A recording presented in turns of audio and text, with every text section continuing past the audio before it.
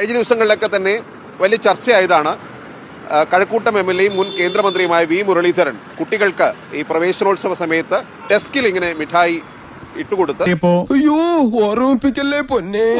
കുട്ടികൾക്ക് നേരിട്ട് കൊടുത്തില്ല എന്നൊരു വിവാദമൊക്കെ CPM ഉയർത്തി. പണ്ടേ അവൻ എന്നെ കണ്ടൂടാ, അവൻ എന്നെ പറ്റി വല്ല വിവരങ്ങളും പറഞ്ഞിട്ടുണ്ടാവൂലേ? പറഞ്ഞു. എന്താ പറഞ്ഞേ? സാധാരണ രീതിയിൽ കൊച്ചുമക്കൾക്ക് അവരുടെ കയ്യിൽ കൊടുക്കുകയോ അല്ലെങ്കിൽ അവർക്ക് മുട്ടായി കഴിക്കുന്നതിന് വേണ്ടി പിന്നെ അവരെ വായിക്കാത്തോട് സ്നേഹത്തോട് വെച്ചു കൊടുക്കുകയൊക്കെയാണ് ചെയ്യേണ്ടത്. നിന്നെ ഇതിനൊന്നും കൊള്ളുകയില്ലെന്ന് നീ വീണ്ടും വീണ്ടും തെളിയിച്ചിരിക്കുകയാണ് എന്റെ വിജയ. മാടമ്പികൾ പിന്നെ ജന്മിമാര് അടിയന്മാർക്ക് സംഭാവന കൊടുക്കുന്ന പോലെ കുട്ടികളുടെ മേശപ്പുറത്ത് കൊണ്ട് വിതറയാണ് ചെയ്തിട്ടുള്ളത്.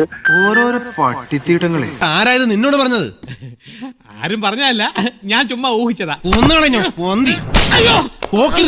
കഴിഞ്ഞ ദിവസങ്ങളിൽ വിമർശനം ഉന്നയിച്ച മുൻ വിദ്യാഭ്യാസ മന്ത്രി ശിവൻകുട്ടിയും മുൻ കഴക്കൂട്ടം MLAയുമായ കടകംപള്ളി സുരേന്ദ്രനും ഇന്ന് സ്കൂളിലെത്തി. പക്ഷേ ഇരുവരും സ്കൂളിലെത്തിയ സമയം സ്കൂളിന്റെ അധ്യയന സമയം തുടങ്ങിയതിനു ശേഷമാണ് ഇരുവരും എത്തിയത്. താനെന്താണ് ബോംബെ പറഞ്ഞു വരണത്? ഇത് പ്ലാനിങ്ങിന്റെ കുഴപ്പശാനെ. നമ്മൾ ഏത് പരിപാടിക്ക് ഇറങ്ങുമ്പോഴും വ്യക്തമായ ഒരു പ്ലാനിങ് ഉണ്ടാവണം. റെസിഡൻഷ്യൽ സ്കൂളിൽ പ്രത്യേകിച്ചും ഈ 9 മണിക്ക് ക്ലാസ് തുടങ്ങും. ക്ലാസ് തുടങ്ങിക്കഴിഞ്ഞാൽ അതിനുശേഷം ആർക്കെങ്കിലും കുട്ടികളെ കാണണമെങ്കിൽ അതിന് വലിയ അനുമതിയൊക്കെ വേണ്ടി വരും. അനുമതി ഇരുവർക്കും കിട്ടിയില്ല എന്നുള്ളതാണ് യാഥാർത്ഥ്യം. എന്നാൽ ഈ തീരുമാനങ്ങളൊക്കെ ഒന്ന് മാറ്റിയെടുക്കണം. ഞാൻ മറ്റുള്ള സംബന്ധക്കാരെ പോലെ ഏറാമൂളിയൊന്നുമല്ല. ഈ ശത്രുക്കൾ ആരാണെന്ന് എനിക്കറിയാം. അറിയാം.